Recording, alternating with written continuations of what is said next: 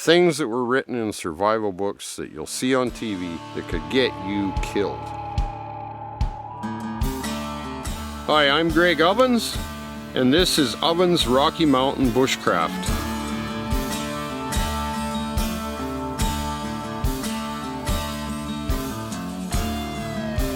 There we go. Oh.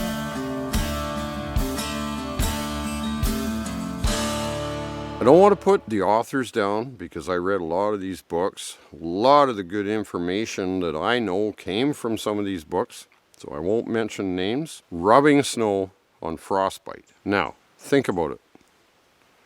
Logically, would that warm up a frozen object? No. They even taught that in first aid classes in the old days. The worst thing you can ever do. You don't rub snow on frostbite. It is not going to help. You got to warm the frozen area up, not cool it down or keep it cold. Another falsehood in the old survival books. You can eat any berries that the birds can eat. I have seen birds eating baneberries.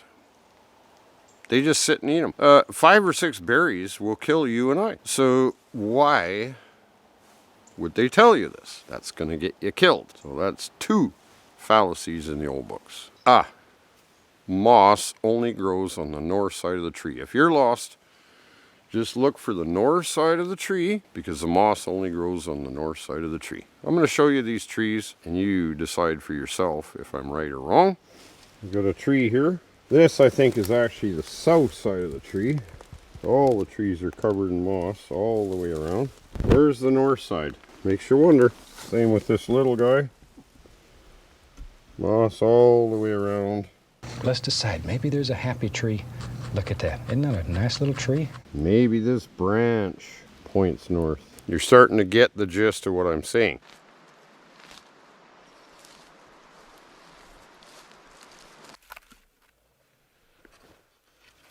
Another real fallacy, and I've seen it on TV shows, again, not going to mention names, but if you're in a hot area, you got no water, you drink your own urine, okay? Well, research it. Not true. It contains concentrated salts.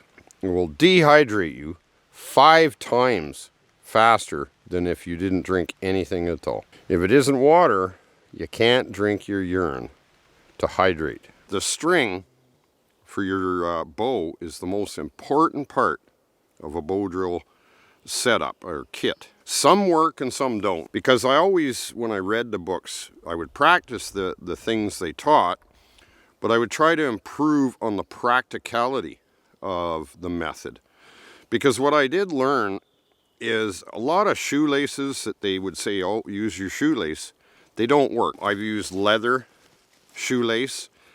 What I found with that is it would usually break before you would get your ember. Other shoelaces I found just kept stretching and stretching, so that wasn't practical. You know, they would teach that you can make your string from plant fibers. Now, this was an important lesson I learned. Yes, I have been able to do it with dog bane, but the problem was my dog bane kept breaking until I got it almost the thickness of a pencil and long enough. The thing about that is, what if you're in an area that doesn't have dog bane, doesn't have stinging nettle, doesn't have milkweed for any of the fibers, strong enough to make a bow drill string? By the time I got a string that was adequate to get my ember, it took about 2 days to get one strong enough, thick enough that would work. So in a survival situation, you don't have 2 days to make a plant fiber string. And what if it's winter? Take it from me, it's not practical to think that you're just going to make a string from bush material that's going to work.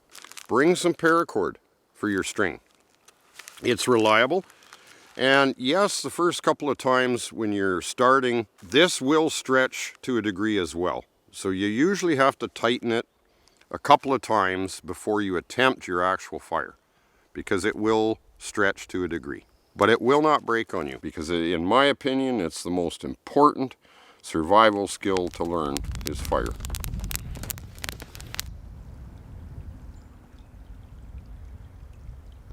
Even though some methods may work, are they practical? You got to really think that over.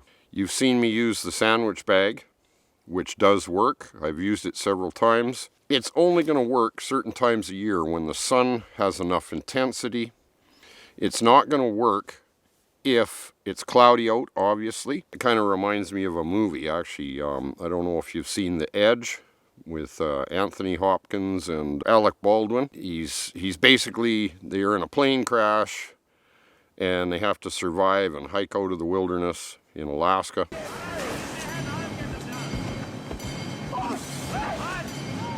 And it's kind of winter time. Charles, Anthony Hopkins' character, is explaining to Bob, you can make fire from ice. Now, it is true, it can be done.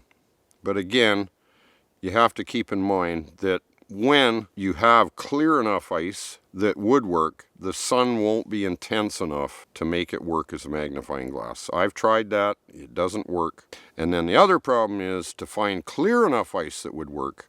Most ice is milky, gray, just foggy. So cloudy. So you cannot make this lens work. Would be very difficult. And the other thing, which I'm going to do, and I've been working on a method of the fire roll. The problem with that as well is it's not really practical because you need ash to use in your cotton to get the fire roll smoldering and into coal. So again, I mean, obviously you would have had to have a way to make the first fire in the first place. I've come close, I've got it very hot, but not quite achieved my goal, so I'm still going to work on a video and always advocate bring a lighter. But even then, you know, if you fall in a creek, your lighter gets wet, or you drop it in the creek, but I would suggest bring a lighter and a ferro rod, because a ferro rod, you can drop it in the lake or the river, take it out, and it'll spark right away again. I am going to do another video as well about, you know, backpacking for a night or 2 nights and the things that you should bring.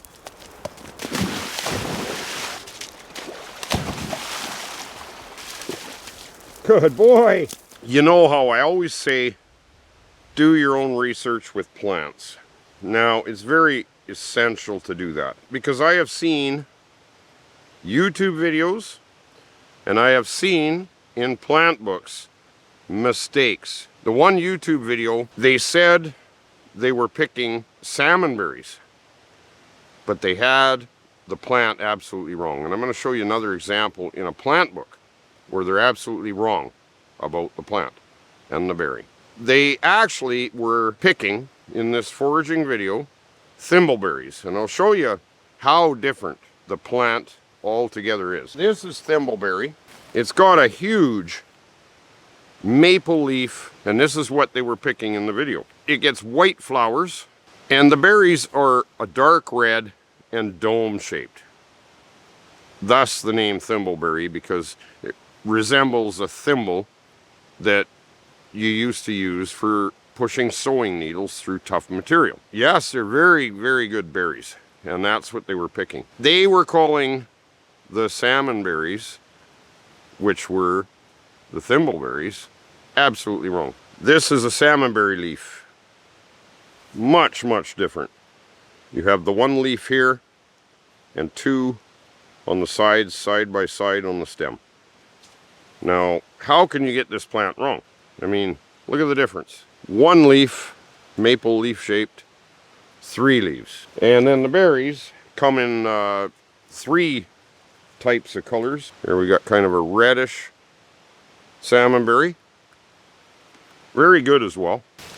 And then they come in this yellowy orange.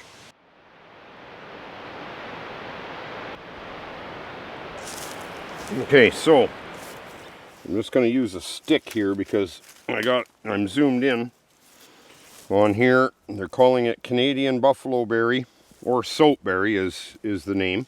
You can notice here the color of these berries are like an orangey, almost transparent. Now, this is not soapberry. This is Tatarium honeysuckle. Now, see how some of the leaves curve upwards? Some are cup shaped around the berry this way. They're wide and round at the tips. Oval shaped, round at the tips. Now, I'm going to show you soapberry in a second. Deuterium, honeysuckle. The berries aren't really even the same color. The soapberries get a dark red berry. Now you notice with the honeysuckle, the berries are above the leaves. Above the leaves, above the leaves, above the leaves. So the leaves are on the bottom, the berries come. There's the soapberry bush. That's the shrub. That one has no berries on it. You can see that the berries grow along the stem below the leaves, not above the leaves like the honeysuckle. Now, these berries aren't quite ripe here. It's just not that time of year, but they'll get a dark red, not an orangey transparent. Now you notice when I was showing the plant in the book there, the leaves were like kind of a lime green, and basically you can see some of the leaves, you can see the back side, you can see both sides of the leaf. Now the soapberry is a dark green, not that light lime green color, okay? Now the other thing is, on the back side, the underneath side of soapberry leaves, it's almost a white green. The underside of the soapberry leaves is velvety or fuzzy. It feels like mullein plant or mullein leaf. So the ones on the honeysuckle there, you can tell they're smooth. So these leaves are fuzzy on the bottom as well. Okay, so there is the bottom of the soapberry, and I put it right on the picture of the honeysuckle there. But you see up the stem all the brown dots, and you can even see in the leaf the brown dots all over the bottom side of the leaf. Not smooth, different color. More of a whitish green on the bottom side. The wind's trying to blow my leaf away. So there you go. And see how it's pointed? It's not oval leaf or shaped. It's not round. It's not cup shaped. It's just flat and kind of like an arrowhead. And this is to show you the top side. One thing concerning the salmon berries, the flower on the salmon berries is a pink or purplish, not white like the thimbleberries. So that's one thing I forgot to mention. Okay, so with the honeysuckle, the berries on honeysuckle are generally mildly toxic, whereas the soapberries are edible.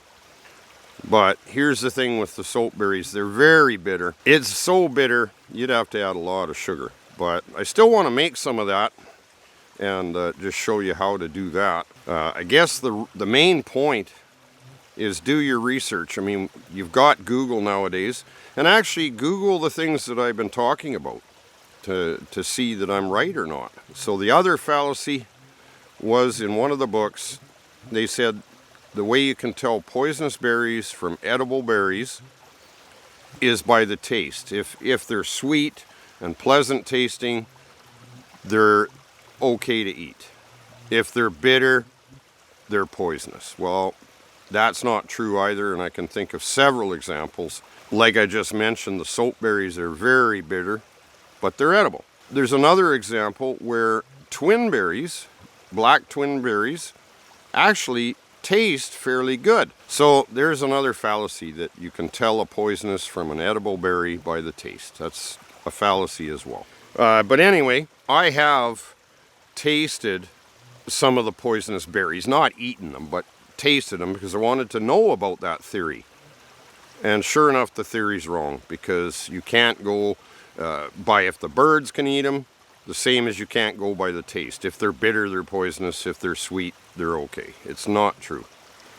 So, do your own research. I hope you learned something. I hope you really will comment. And I really appreciate all you subscribers and viewers. So, we'll see you on the next one. And I really hope that you learned something, but that you'll check it out for yourself. Right on. We'll see you on the next one.